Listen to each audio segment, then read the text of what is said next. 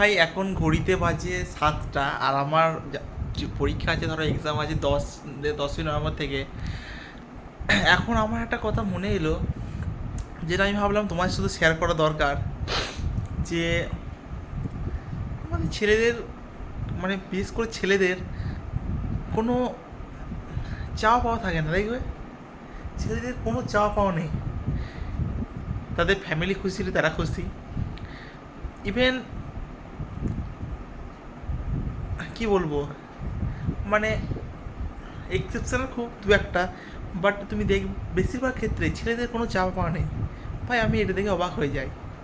তাদের ফ্যামিলি খুশি থাকলে তারা খুশি, আর আদার্স ওদের কিচ্ছু লাগে না। ওদের না একটু ভালো খাবার লাগে, না একটু ড্রেস লাগে। ভাই কোথাও যেতে হলে ফটাফট আলমারি থেকে কিছু একটা বার করে পরে নিলাম, রেডি ছেলেরা।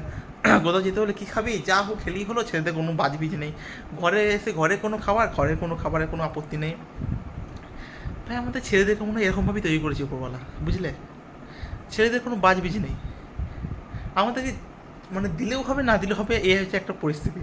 আমাদেরকে যদি খেতে দেয় তাও আমরা থাকবো, না হলে আমাদের সে খেটেই যেতে হবে। মানে মানে আমরা না খাটলে আমাদের সমাজে কোনো মূল্য নাই। যদি তোমরা আমার সাথে অ্যাগ্রি হও তাহলে অবশ্যই কমেন্টে জানাবে যে কথাগুলো আমার ঠিক নাকি ভুল। আমার তো মনে হয় আমার কোনো কথাই ভুল বলিনি। আমাদের ছেলে ভাই, আমাদের ছেলেদের, বিশেষ করে ছেলেদেরই সমাজে খুব একটা মূল্য দেওয়া হয় না। আর কী বলবো, এটাই বলার জন্যে আমার হঠাৎ কারণ জানি না মাথায় কথা এলো, যে বললাম ভাবলাম একটা ভিডিও করা যাক।